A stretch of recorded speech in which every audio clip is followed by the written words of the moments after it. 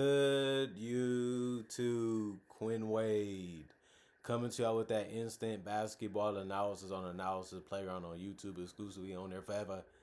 And we were going to talk about how the Chicago Bulls beat the Philadelphia 76ers 109 to 102.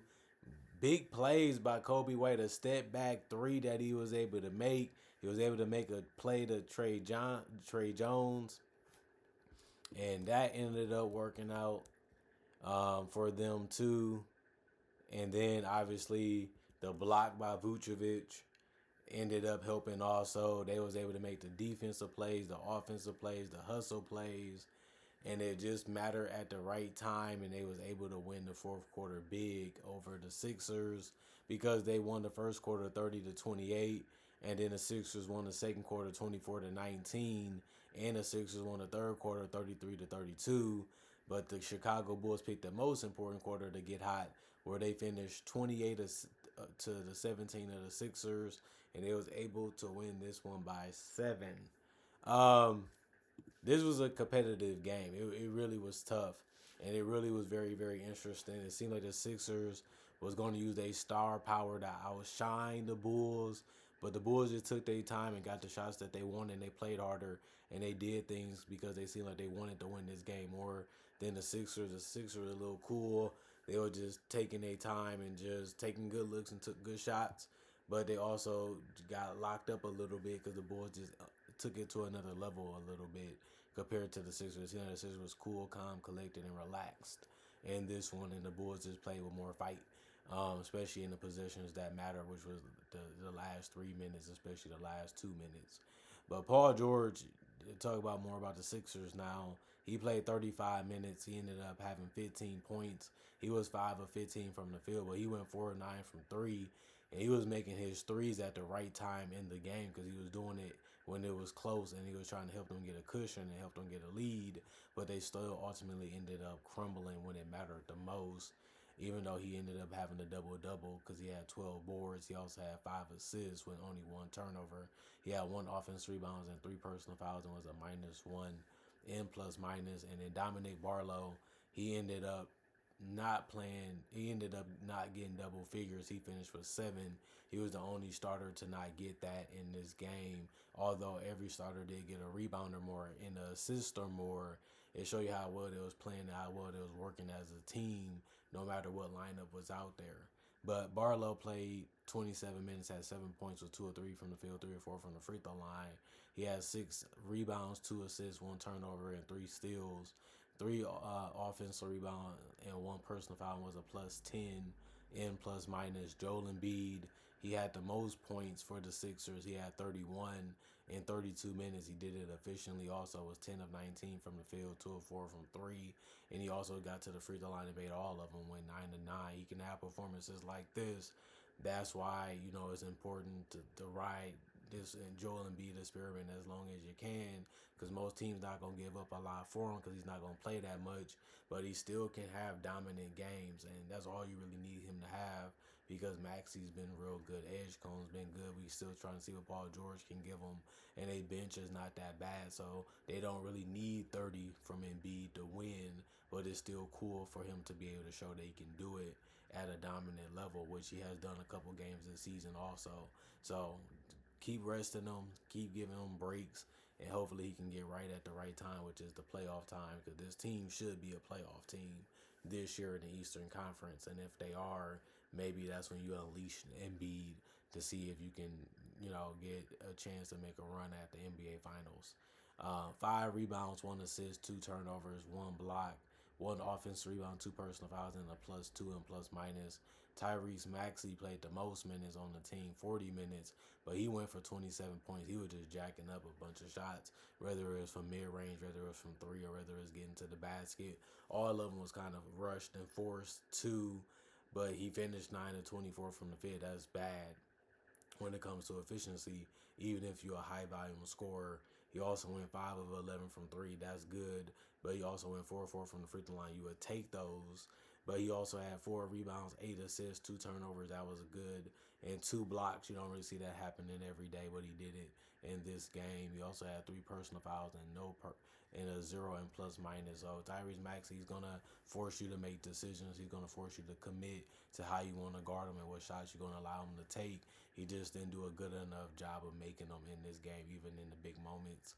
And then VJ Edgecombe, 33 minutes. He had 10 points. You want more from him. But he did go 4-13 from the field, but he missed every single three that he took, going 0-5 there and 2-2 from the free throw line. He also had 7 rebounds, 3 assists, 1 turnover, 1 steal. He also had 4 offensive rebounds and 4 personal fouls and was a minus 15 and plus minus. Jabari Walker played 10 minutes and had 1 point because he went 1-2 from the free throw line. He also had 3 rebounds, 1 turnover, 1 block, 2 offensive rebounds, 0 personal fouls, and was a minus 6 and plus minus. Justin Edwards played 4 minutes. He ended up going 0-1 from the field. It was a 3 that he missed. He also had 1 assist, 1 steal, 1 personal foul, and a +4 and plus minus. Andre Drummond, 8 minutes. He had 2 points. He went 1-4 from the field, 0-2 from 3. He did have 4 rebounds, though. You know he's going to do that. And 2 of them was offensive. He also had 1 personal foul and was a minus 11 and plus minus. Bona got on the court and scored because he went 1-2 from the free throw line, but he missed his only field goal attempt, which was a 3. So he finished with 1 point in 8 minutes. He also had 1 rebound, 1 personal foul, and a 0 and plus minus. Quentin Grimes, 26 minutes, 2 points, 1-4 from the field, 0-3 from the 3-point line, 1 rebound, and he also had 2 assists and no turnovers. He also had 1 personal foul and was a minus 21 and plus minus. And Jared McCain, 17 minutes, 6 points, 3 of 9 from the field, 0-3 from the 3-point line, 3 rebounds, 2 steals, 3 personal fouls, and a +3 and plus minus for him. They crumbled. You know, the Bulls did a lot of things right throughout the entire game to even give themselves a chance to win, but everything just started clicking on both ends of the court in that fourth quarter.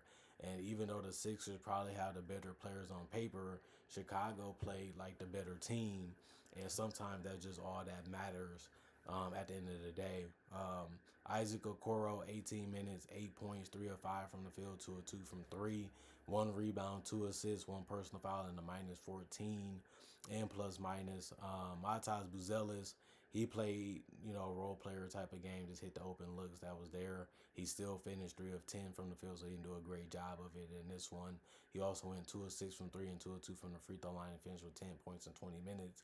He also helped on the boards with 8. Every starter got a rebound or more. He had no assists. He had 3 turnovers, though. He also was able to find a way to get 3 blocks, and that's good to see. 2 offensive rebounds, and he almost fouled out of this one with 5 personal fouls. It was a minus 6 and plus minus. Nikola Vucevic didn't score a lot in this one. 29 minutes, he finished with 7 points. He finished 3 of 7 shooting from the field and 1 of 2 from 3. He also had 7 rebounds and an assist and a block, 2 offensive rebounds, 2 personal fouls, and it was a +1 and plus minus. And Kobe White, he just was the guy that they put the ball in the hand a lot besides Josh Giddey to try to put the ball in the basket. And he was able to get shots for himself or somebody else, including a pass that led to a bucket when he was on the ground. He put some good hustle to get it. Then the pass led to a basket. He finished with 13 points in 29 minutes. He was 4 of 12 from the field, 1 of 6 from 3, 4 of 4 from the free throw line. He did have 7 rebounds and 6 assists and a turnover. He also had 1 personal foul and was a -1 and plus minus. I know efficiency-wise, Kobe White didn't jump off and look like, man, he had a great game, but he stepped it up when it mattered most, and that's sometimes how it goes, and you just have to take the game at how it goes and how they defend you and just try to find a way to figure it out as the game continues to go on. And he figured it out at the right time, and that's all that really matters sometimes when you look at how the game went. And when it went down to the wire, he was there for his team, and they ultimately ended up getting the win. Josh Giddey, 33 minutes, 12 points. He went 3 of 12 from the field. He also went 1 of 6 from 3, but he went 5 of 6 from the free throw line. He did have 6 rebounds and 11 assists. He had a double-double because of that, but it did come also with 5 turnovers. He did have a steal, though, and an offensive rebound and a personal foul, and he did finish as a +6 and plus minus by the end of the game. He also didn't shoot the ball that great or that efficient, but he did control the tempo. He did make plays for his teammates throughout the entire game, and he did try to find a way to play better when the game was on the line. Zach Collins came off the bench and was tied for the most points with 15. He was 5 of 8 from the field, 2 of 3 from the 3-point line, 3 of 3 from the free throw line. Everybody off the bench had a rebound and an assist or more. He had 5 and 1 assist with no turnovers, and he did have a block and 2 personal fouls. It was a -16 and plus minus. He spaced the floor and finished in the paint and helped on the boards. You have to like what he was able to contribute in this game. Jalen Smith did something similar. He just played 22 minutes, had 12 points, had a nice dunk on Embiid, driving to him in the basket, switched hands and flushed it. 4 of 7 from the field, 2 of 4 from three, 2 of 2 from the free throw line, 8 rebounds for him. That was the most off the bench. He also had 3 assists, which really helped. 1 block, 3 offensive rebounds, 1 personal foul was a +24 and plus minus. Kevin Huerter, you just happy if he scores. He did that. 23 minutes, had 9 point shot, 4 of 9 from the field. You'll take that. He did go 1 of 6 from three and 0 of 2 from the free throw line. That sucked, sometimes throughout the game. But he did have 1 rebound, 1 assist, 1 turnover, and 3 personal fouls, and was a +3 and plus minus. And then Trey Jones was always in the right spot at the right time. It seemed like in this game, even in the clutch moments, made 2 key layups, which was good to see. He also had 15 points and was 6 of 10 from the field, 0 of 2 from three, and 3 of 6 from the free throw line in 24 minutes. He also had 6 boards and 2 assists and a steal, 3 offensive rebounds, which was really good to see. And 1 personal foul was a +3 and plus minus. And then Dosunmu was able to get a layup to go. That was a reverse-ish layup. And he also made 2 open 3s where he went 2 of 4 from three, 3 of 6 from the field, and 8 points is what he got in 24 minutes. He had 3 rebounds, 4 assists, a turnover, and a steal. 1 offensive rebound, 1 personal foul, was a +13 and plus minus. The team comparisons, the Chicago Bulls took less shots, 93 shots by the Philadelphia 76ers, but they only made that 38%, while the Bulls went 38 of 86, 44% from the field. They also shot 14 of 41. That's 34% from three. They shot 2 more threes than the Sixers, who went 11 of 39, 28%. And then 19 of 25 from the free throw line from the Bulls. They shot 1 more free throw than the Sixers, but the Sixers made theirs at 21 of 24, shooting 88%. And then 52 rebounds compared to the 46 of the Sixers. 31 assists compared to the 22 of the Sixers, which was a good advantage rebounding and passing wise. They also had 11 turnovers, which was 3 more than the Sixers, who had 8. That was bad for the Bulls. They also had 3 steals, and the Sixers had 7. And then 6 blocks, and then the Sixers had 4. 12 offensive rebounds, the Sixers had 13. 40 defensive rebounds, the Sixers had 33. 20 personal fouls from the Sixers, the Bulls had 18. And like I said, the Bulls did shoot more free throws compared to the Sixers, but it was only by 1, and they did shoot a lower percentage than the Sixers anyway. So fun game, went down to the wire. Could have went either way. Both teams try to find a way to get the ball to their best players and live with the result. The Bulls were just not settling. They wanted to get the shot that they wanted. They wasn't taking no other answer. And if it didn't work out, they was the first to get to the ball. They was first to get the play that they wanted. And the Sixers, sometimes they settled. Sometimes they said we'll be fine. And then time became their enemy. They got behind. They never had a good chance to get back in front, because it can be that way sometimes. And the Bulls, they just had to be happy that things went their way, and they just had to be happy that they played a little bit harder and played with a little bit more of an edge. And it ended up working out for them, because Philly, they have been a decent team. The Bulls have been a little bit up and down. They've been come and go. But this was a game that they needed, because obviously it gets them back to 500. The Bulls was above 500, for a little bit of this season. They have shown that they're a okay team. They do need to be better offensively. They need to be better defensively. I don't know how they can, move up. I feel like they are what they are. They just have to live with it. And that means they might have to add another piece in free agency or in the draft, because I just don't see how they get better. This is how they're going to play. This as good as they're going to be, because Kobe White has been healthy for a significant amount of time, and everybody else has been healthy too for a little bit of time. Now we just got to see how long they're going to stay healthy and how long they're going to continue to play some of their best basketball. I'm just saying their best basketball isn't really good enough to beat the great teams. It's barely enough to even beat the good teams.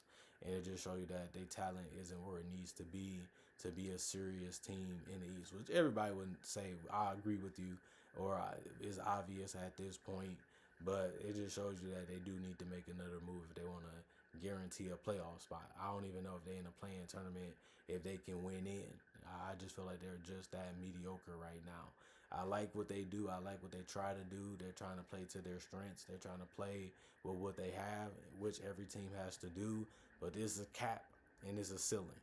I think their ceiling is playing, and I don't really think playoffs, depending on who they play against, depending on who's healthy, that's the only chance I really think that they have of actually getting into the playoffs. While Philly, they've been having guys in and out. They've been having a lot of injuries. They having a lot of players they have to integrate within their system, but they're still a talented team. They still have some guys that's hard to stop, and that's going to work to their advantage against the bad and the okay teams. And all they have to do is beat up on them enough and beat some good teams and great teams here and there to ensure that they're above 500, which in the East means playoffs. And if they do that, they should be happy because most people look at it like they're an injury away from being just like the Bulls. And the Bulls showed them we can play with y'all, we can compete with y'all. And a lot of other teams showed that this season against the Sixers too. So I don't look at the Sixers as championship contender. I just look at them as playoff filler. Somebody has to be it. Somebody has to do it. And that's not a negative thing because you still have to make the playoffs. You make the playoffs. You never know what's going to happen. So that can happen to them good or bad. But that's just the reality of both of these teams. Both teams you look at like, I guess, they're interesting, they're fun to watch, they have talent, they can really play well with each other, they can play well off of each other. They got some guys that can get it individually, which makes for good TV and for good games, and that's why I would say both of these teams are going to have decent seasons. It's just, what are they going to be next year? What are they going to be 2 years from now? And I think that's a legitimate question that we have to ask ourselves as fans of the game and fans of these teams. Other than that, comment, like, subscribe, share, hit the notification bell to get the analysis when it first come out. I also do conversation videos just like this, but about various other NBA basketball topics. And other than that, I also do breakdowns with real footage of legends, current legends, rookies, and other future stars. I also do mock draft and draft coverage. Plus, on top of that, I also got over 4,000 videos on my channel right now that you can watch right now and enjoy. And on top of that, I upload videos every single day throughout the day to give out something to watch and look forward to when it comes to basketball NBA content. None of that, thanks for checking out the channel. Thanks for staying subscribed. Thanks for subscribing if you're new to the channel. Thanks for showing love. Thanks for showing respect. Thanks for showing respect. And thank y'all for appreciating the content that I make and being ready to look forward to watching it and checking it out whenever you can, even if that's when it first come out or later in the day or later in the week. Still love y'all. Still glad to have y'all. Hope you guys enjoyed your holiday. Hope you guys got what y'all wanted. Hope you guys enjoy your time with the friends and the family. And all I can say is hope y'all stay blessed up. Hope y'all stay good. Peace. And I'll see y'all hopefully later today with more analysis.